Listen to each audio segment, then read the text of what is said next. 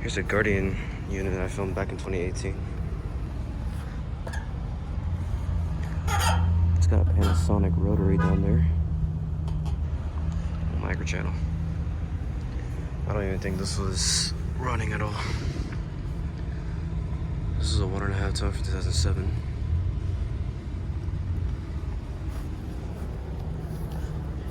Neat unit though. It's got a A.O. Smith motor in there with 2 blades.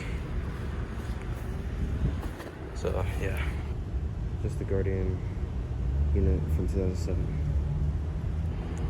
And I have a feeling this unit is disconnected considering the disconnect box half open. So yeah, it's over now.